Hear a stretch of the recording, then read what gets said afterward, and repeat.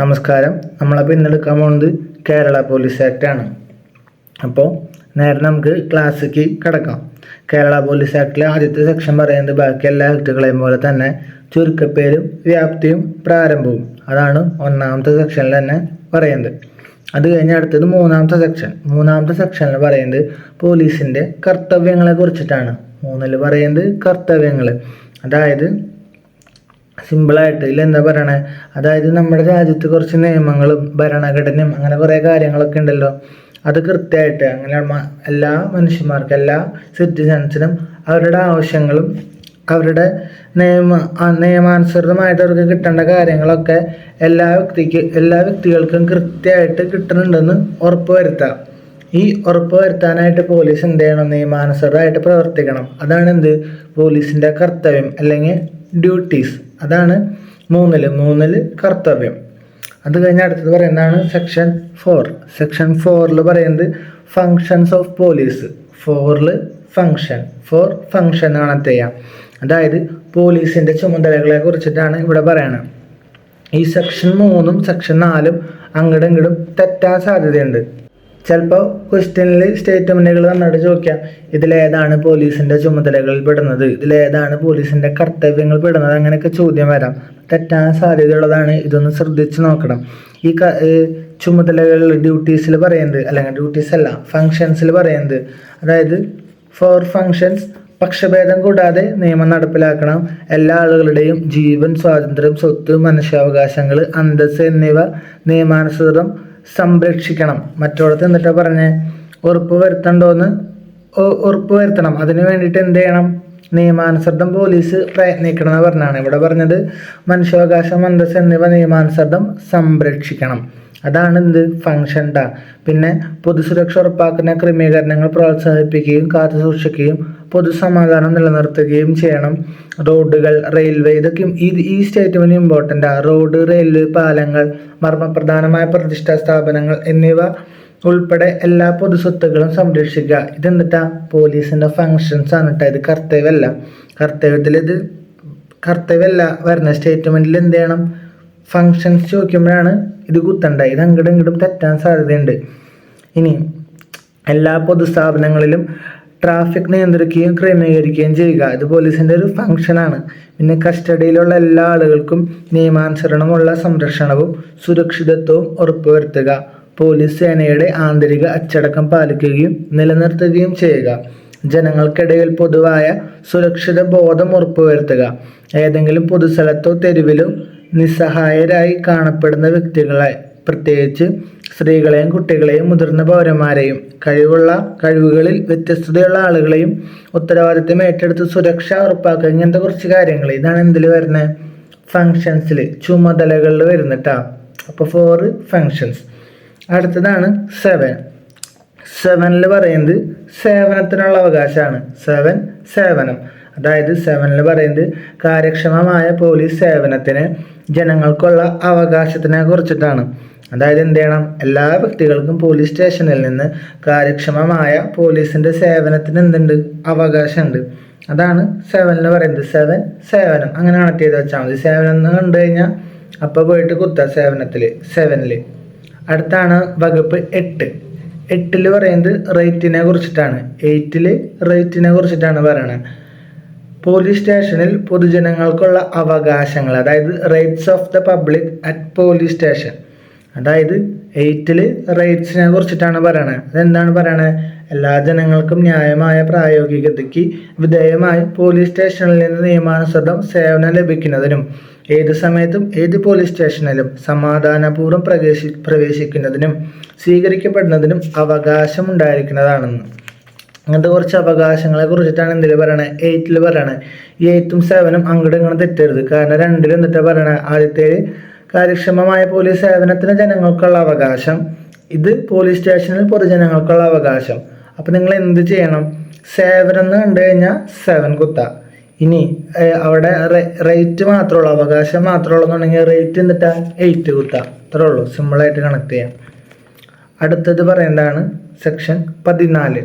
14 പറയുന്നത് പോലീസ് സേനയുടെ പൊതുവായ ഘടനയെ കുറിച്ചിട്ടാണ്. പോലീസ് സേനയുടെ പൊതുവായ ഘടന, അതായത് ആ ഘടന ഒന്ന് അറിഞ്ഞിരിക്കാനായിട്ട് ഏറ്റവും അടിയിൽ നിന്ന് തുടങ്ങാം നമുക്ക്. ആദ്യം പോലീസ് കോൺസ്റ്റബിൾ, അതിന് തൊട്ട് മേലെ പോലീസ് ഹെഡ് കോൺസ്റ്റബിൾ, അത് കഴിഞ്ഞാൽ ASI അസിസ്റ്റന്റ് സബ് ഇൻസ്പെക്ടർ, അത് കഴിഞ്ഞാൽ ആരായിരിക്കും SI, അത് കഴിഞ്ഞാൽ ഇൻസ്പെക്ടർ ഓഫ് പോലീസ്, അത് കഴിഞ്ഞാൽ അതിന് മേലെ ഡെപ്യൂട്ടി സൂപ്രണ്ട് ഓഫ് പോലീസ്, അത് കഴിഞ്ഞാൽ ആരായിരിക്കും സൂപ്രണ്ട് ഓഫ് പോലീസ്, അത് കഴിഞ്ഞാൽ അതിന് മേലെ വരുന്നതാണ് deputy inspector general of police, പിന്നെ ഇൻസ്പെക്ടർ ജനറൽ ഓഫ് പോലീസ്, അത് കഴിഞ്ഞാൽ additional director general of police, അത് കഴിഞ്ഞാൽ ഡയറക്ടർ ജനറൽ ഓഫ് പോലീസ്, അത് കഴിഞ്ഞാൽ ഏറ്റവും മുകളിൽ വരുന്നതാണ് ചീഫ്, നമ്മുടെ ഡയറക്ടർ ജനറൽ ഓഫ് പോലീസ്, അല്ലെങ്കിൽ സ്റ്റേറ്റ് പോലീസിൻ്റെ ചീഫ് എന്ന് വിളിക്കാം. ഇതാണ് പോലീസിൻ്റെ ഘടന. ഈ പൊതുവായ ഘടനയെ കുറിച്ച് പറയുന്ന സെക്ഷനാണ് സെക്ഷൻ 14 കേട്ടോ. അടുത്തതാണ് സെക്ഷൻ 21. സെക്ഷൻ 21 പറയുന്നതാണ് special wings, units, branches, squads.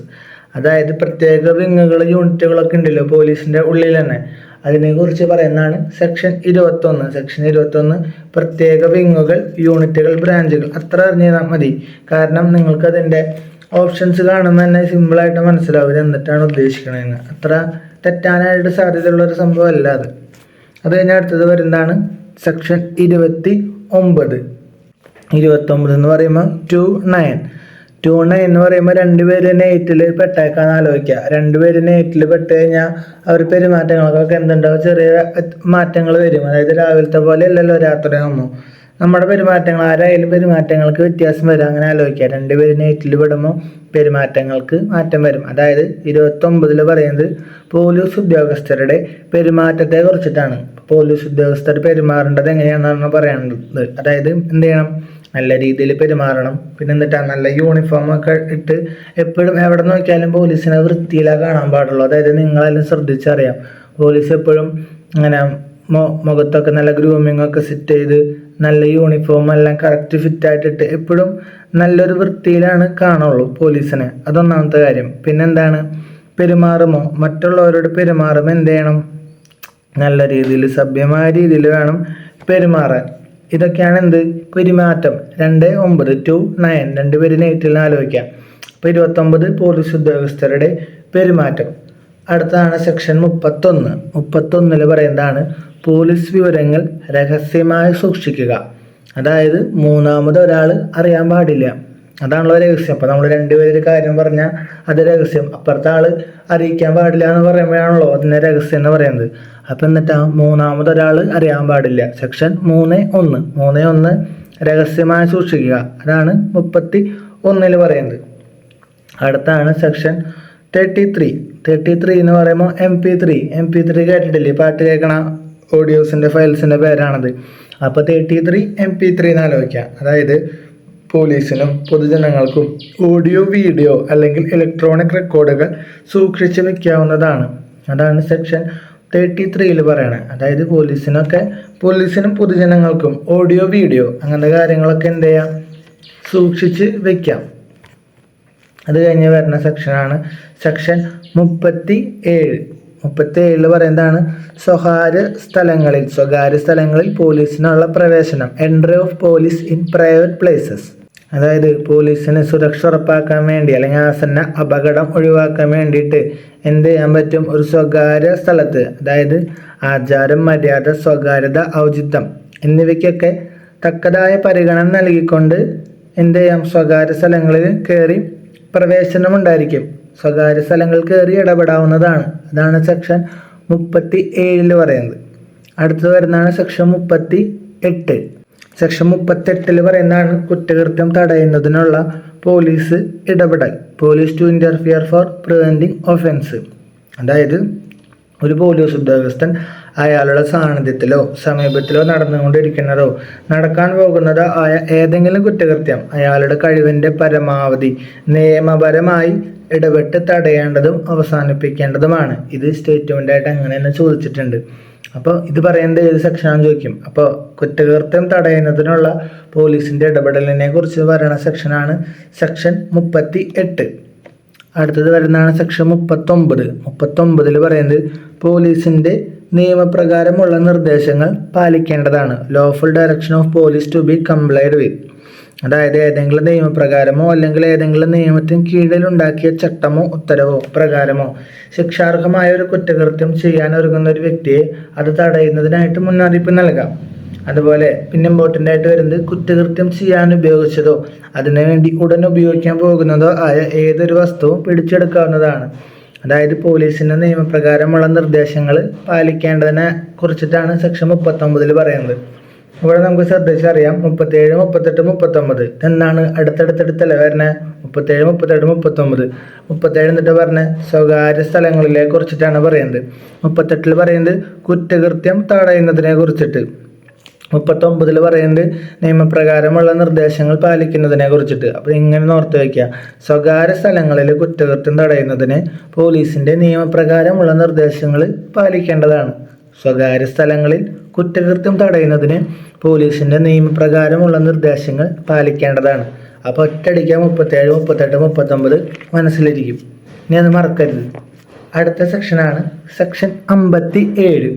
57 നമ്മളൊരു കളി കളിച്ചിട്ടില്ല, ചെറുതായിരിക്കും അമ്പസ്ഥാനി എന്നൊക്കെ പറഞ്ഞിട്ട് ഒളിച്ച് കളി വരുന്നത്. ഒരാൾ ഒളിച്ച് നിൽക്കും, മറ്റേ ആളെ കണ്ടുപിടിക്കണം, അതാണ് അമ്പസ്ഥാനി. അപ്പോൾ 57 എന്ന് പറയുമ്പോൾ 50 വെച്ചിട്ട് ഒരൊറ്റ സെക്ഷനാണ് KP ആക്ടിലുള്ളൂ. അപ്പോൾ 57 പറയുമ്പോൾ അമ്പസ്ഥാനെ ആലോചിക്കുക. അമ്പസ്ഥാനം എന്നിട്ട് ഒളിച്ച് കളിക്കുന്നത്. 57 പറയുന്നത് കാണാതായ ആളുകളെ കണ്ടുപിടിക്കാൻ പോലീസ് ശ്രമിക്കണമെന്നതിനെ സംബന്ധിച്ചാണ്. അതായത് മിസ്സിങ് ആവുന്ന ആൾക്കാരില്ലേ, അവരെ കണ്ടുപിടിക്കാനുള്ള കാര്യങ്ങളെ കുറിച്ചിട്ടാണ് 57 പറയുന്നത്. ഇതിൽ കുറച്ച് സബ്സെക്ഷൻസ് ഉണ്ട്. 57 2 പറയുന്നത് അത്തരം അന്വേഷണത്തിൽ അത്തരം ഉദ്യോഗസ്ഥനെയോ അയാൾ നിയോഗിക്കുന്ന ഏതെങ്കിലും ഉദ്യോഗസ്ഥനെയോ സാക്ഷിയോ ചോദ്യം ചെയ്യുന്നതിന് മൊഴി രേഖപ്പെടുത്താവുന്നതും ഏതൊരു സ്ഥലത്തും പരിശോധന നടത്താവുന്നതുമാണ്. അതായത് 57 2 പറയുന്നത് രണ്ടാമത് ഒരാളോട് ചോദിക്കാനാണ്. അതായത് 57 3 എന്ന് പറയുന്നത് ഇപ്പം ഇതിനെ കുറിച്ചിട്ട് ഈ മിസ്സായ ആളെ കുറിച്ചിട്ട് ഓരോരുത്തരോട് പോലീസ് ചോദിക്കല്ലോ. അപ്പം എന്ത് ചെയ്യണം? കൃത്യമായ മറുപടി കൊടുക്കണം, കൃത്യമായ ഉത്തരം കൊടുക്കണം. 3 മിണ്ടണം, 3 അല്ലെങ്കിൽ മിണ്ടണം സത്യസന്ധമായിട്ട്. അതാണ് 57 3 പറയുന്നത്. 4 പറയുന്നത് ഈ വകുപ്പ് പ്രകാരമുള്ള എല്ലാ തെരച്ചിലുകളും ക്രിമിനൽ നടപടി അല്ല, ഇപ്പം നമുക്ക് എന്നിട്ടുള്ള BNSS പ്രകാരമാണ് നടത്തേണ്ടതെന്നാണ് പറയുന്നത്. ഇനി 57 5 പറയുന്നത്, 5 എന്ന് പറയുമ്പോൾ മജിസ്ട്രേറ്റ്, അതായത് കാണാണ്ടായ ആളെ മജിസ്ട്രേറ്റിൻ്റെ മുമ്പിൽ ഹാജരാക്കണം. ഇനി 57 6 പറയുന്നത് അപ്രകാരം ഹാജരാക്കപ്പെടുന്ന ആൾ ഒരു സ്ത്രീയോ കുട്ടിയോ ആണെങ്കിൽ ആ വ്യക്തിയെ സ്വകാര്യതയും താല്പര്യവും സംരക്ഷിക്കുന്നതിന് ആവശ്യമായ നടപടികൾ മജിസ്ട്രേറ്റ് സ്വീകരിക്കേണ്ടതാണ്. അപ്പം ഇത്തരം സംഭവങ്ങളൊന്നും ഓർത്ത് വയ്ക്കുക. സബ്സെക്ഷൻസിന് ചോദിക്കാനായിട്ട് സാധ്യതയുണ്ട്. കാരണം കേരള പോലീസ് ആക്റ്റൊക്കെ കുറച്ച് മുമ്പേ മുതലുള്ള കാര്യങ്ങളാണ് സിലബസ്. അപ്പോൾ ഇതിൽ നിന്ന് ഡീപ്പായിട്ട് ചോദിക്കാം. അടുത്താണ് സെക്ഷൻ 61. 61 എന്ന് പറയുമ്പോൾ ഇങ്ങനെ ആലോചിക്കുക, അതായത് ഒരു പോലീസുകാരൻ 6 പാക്ക് ഒക്കെ ഉള്ള ഒരു പോലീസുകാരൻ നിൽക്കാന്ന് ആലോചിക്കുക. എവിടെ? ട്രാഫിക്കിലാണ് നിൽക്കുന്നത്. അപ്പോൾ പോലീസ് ട്രാഫിക് ക്രമീകരിക്കേണ്ടതും നിയന്ത്രിക്കേണ്ടതുമാണെന്ന് പറയുന്ന സെക്ഷനാണ് സെക്ഷൻ 61. 61 എന്നിട്ട് പറയണപ്പോൾ 6 പാക്ക് ഇട്ട് നിൽക്കുക ഒരു പോലീസുകാരൻ 6 പാക്ക് ഒക്കെ ആയിട്ട്. എവിടെ? ട്രാഫിക്കിൽ പോലീസ് നിൽക്കണ കണ്ടിട്ടില്ലേ? അപ്പം അതിനെ ഒന്ന് ഓർത്ത് വയ്ക്കാം. അത് കഴിഞ്ഞ് വരുന്നതാണ് സെക്ഷൻ 64 പറയുന്നതാണ് കമ്മ്യൂണിറ്റി പോലീസിങ്ങിനെ കുറിച്ച് പറയുന്നതാണ് സെക്ഷൻ 64. ഇതിന് ഈ കമ്മ്യൂണിറ്റി പോലീസിങ്ങിന് സ്റ്റേറ്റ്മെൻ്റ് ആയിട്ട് വരുന്ന ഒരു ക്വസ്റ്റ്യനാണ്. ക്രിമിനൽ കോടതി തൊട്ട് മുൻപുള്ള 5 വർഷ കാലയളവിൽ തടവിന് ശിക്ഷിച്ചതോ അല്ലെങ്കിൽ അഴിമതി, സദാചാര ലംഘനം ഉൾപ്പെടുന്നതായ ഒരു കുറ്റം, പെരുമാറ്റദൂഷ്യം എന്നീ കാരണങ്ങളാൽ ഏതെങ്കിലും ഉദ്യോഗത്തിൽ നിന്ന് ഡിസ്മിസ് ചെയ്തതോ നീക്കം ചെയ്തതോ ഡിസ്ചാർജ് ചെയ്തതോ നിർബന്ധിതമായ വിരമിക്കൽ നൽകിയതോ ആയ ഏതൊരാളെയും ഈ കമ്മ്യൂണിറ്റി പോലീസിംഗിലേക്ക് എന്ത് ചെയ്യാൻ പാടില്ല? കൊണ്ടുവരാൻ പാടില്ല. അതൊരു ഇമ്പോർട്ടൻ്റ് കാര്യമാണ്. സ്റ്റേറ്റ്മെൻ്റ് ആയിട്ട് വരും കമ്മ്യൂണിറ്റി പോലീസിംഗിൽ. പിന്നെ വരുന്ന ഒരു സ്റ്റേറ്റ്മെൻ്റാണ് ഈ കമ്മ്യൂണിറ്റി സമ്പർക്ക സമിതിക്ക് നിയമപ്രകാരമുള്ള പോലീസിൻ്റെ യാതൊരു അധികാരവും ഉണ്ടായിരിക്കുന്നതല്ല. ചോദിച്ചിട്ട് ശരിയാണോ തെറ്റാണോ എന്ന് ചോദിക്കും. അത് ശരിയാണ്. കമ്മ്യൂണിറ്റി സമ്പർക്ക സമിതിക്ക് നിയമപ്രകാരമുള്ള പോലീസിൻ്റെ യാതൊരു അവകാശവും ഉണ്ടായിരിക്കില്ല. കൂടാതെ കുറ്റാന്വേഷണമോ ക്രമസമാധാന പാലനമോ സമിതി സ്വയം ഏറ്റെടുക്കാൻ പാടില്ലാത്തതുമാണ്. ഇതാണ് കമ്മ്യൂണിറ്റി പോലീസിംഗിൽ പറയുന്നത്. കമ്മ്യൂണിറ്റി പോലീസിംഗ് എന്ന് ഉദ്ദേശിക്കുന്നത് ഒരു പ്രത്യേക സ്ഥലത്ത് ഒരു കമ്മ്യൂണിറ്റി ആയിട്ട് രൂപീകരിച്ച് ഒരു ടീം പോലെയാക്കി പോലീസ് അവരായിട്ട് ബന്ധപ്പെടും. അപ്പം നമ്മുടെ സ്ഥലത്ത് പോലീസിനെക്കാട്ടി നന്നായിട്ട് നമുക്കെല്ലാം അറിയാം. അതുകൊണ്ടാണ് നമ്മുടെ അവിടുത്തെ ആൾക്കാരെ തന്നെ ഒരു ഗ്രൂപ്പായിട്ട് ചേർത്ത് അങ്ങനെ പോലീസിങ് നടത്തും. അതാണ് കമ്മ്യൂണിറ്റി പോലീസിങ്. ഈ ഒരു ഐഡിയ ഉണ്ടെങ്കിൽ ഇത് സ്റ്റേറ്റ്മെൻറ്റിൽ നിന്ന് വന്നാലും എങ്ങനെ വന്നാലും നമുക്ക് എന്ത് ചെയ്യാം, എടുത്ത് ആൻസർ ചെയ്താം. അപ്പോൾ അടുത്ത സെക്ഷനിലേക്ക് പോവാം. അടുത്ത സെക്ഷനാണ് സെക്ഷൻ 69. സെക്ഷൻ 69 എന്ന് പറയുമ്പോൾ 6 എന്ന് പറയുമ്പോൾ എന്നിട്ടാ, 6-ന് നദി എന്നുള്ളൊരു അർത്ഥം കൂടിയുണ്ട്. 6 നദി എന്നുള്ള ഒരർത്ഥം കൂടിയുണ്ട്. അപ്പോൾ തീപിടുത്തമൊക്കെ ഉണ്ടാകുമ്പോൾ എന്ത് ചെയ്യാം, നദി അടുക്ക് തിരിച്ചു വെച്ചാൽ മതി തീയിലേക്ക്. അപ്പോൾ എന്ത് ചെയ്യും, തീ കെട്ടോളും. അപ്പോൾ 6 തിരിച്ചു വെച്ചാൽ എന്തായി, 9ആയി. 6 തിരിച്ചു വെച്ചാൽ അഗ്നിബാധയൊക്കെ ഉണ്ടെങ്കിൽ എന്ത് ചെയ്യും, കെട്ടോളും, തീയൊക്കെ കെട്ടോളും. അങ്ങനെ ആലോചിക്കാം. അപ്പം അഗ്നിബാധം, ദുരന്തം അല്ലെങ്കിൽ അപകടം ഉണ്ടാക്കുന്ന അവസരങ്ങളിലുള്ള നടപടികളെ കുറിച്ചിട്ടാണ് സെക്ഷൻ 69 പറയുന്നത്. 69 അഗ്നിബാധ, ദുരന്തം അല്ലെങ്കിൽ അപകടം ഉണ്ടാക്കുന്ന അവസരങ്ങളിലെ നടപടികളെ കുറിച്ചിട്ട് ഇത്ര ഓർത്തിരുന്നാൽ മതി. അടുത്തതാണ് സെക്ഷൻ 77. 77 പറയുന്നത് ശബ്ദം മൂലമുണ്ടാകുന്ന ശല്യം നിയന്ത്രിക്കലിനെ കുറിച്ചിട്ടാണ്. അപ്പോൾ ആരാണ് ശബ്ദം ഉണ്ടാക്കുക?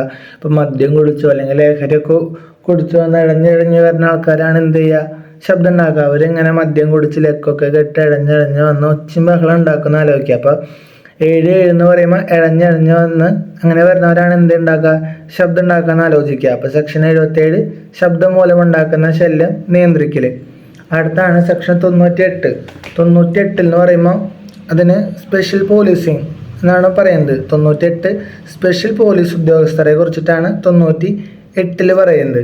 ഈ സ്പെഷ്യൽ പോലീസിങ്ങിന് ചോദിക്കണ ഒരു സ്റ്റേറ്റ്മെൻ്റ് ആണ്. അതായത് സ്പെഷ്യൽ പോലീസ് ഉദ്യോഗസ്ഥർക്ക് ആയുധങ്ങൾ നൽകുവാനോ കേസുകൾ, പരാതികൾ എന്നിവയുടെ അന്വേഷണത്തിനോ എന്തുണ്ടാവില്ല, ചുമതല ഉണ്ടാവില്ല കേട്ടോ, ഉണ്ടാവില്ല. സ്പെഷ്യൽ പോലീസാണ് അവർ. അപ്പോൾ പോലീസിനെക്കാട്ടും വലുതല്ല ഒരിക്കലും, പോലീസിൻ്റെ കീഴിൽ വരുന്നതാണ്. സ്പെഷ്യൽ എന്ന് പറയുമ്പോൾ അങ്ങനെ തെറ്റി ആലോചിക്കരുത്.